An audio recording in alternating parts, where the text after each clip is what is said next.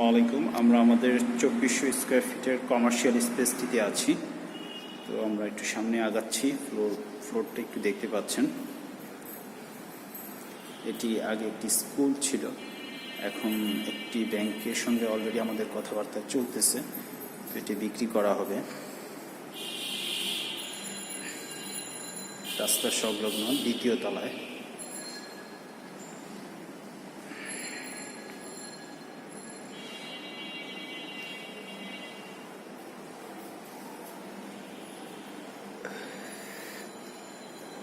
এই রুমটা একটু অন্ধকার, দুইটা ওয়াশরুমের ব্যবস্থা আছে।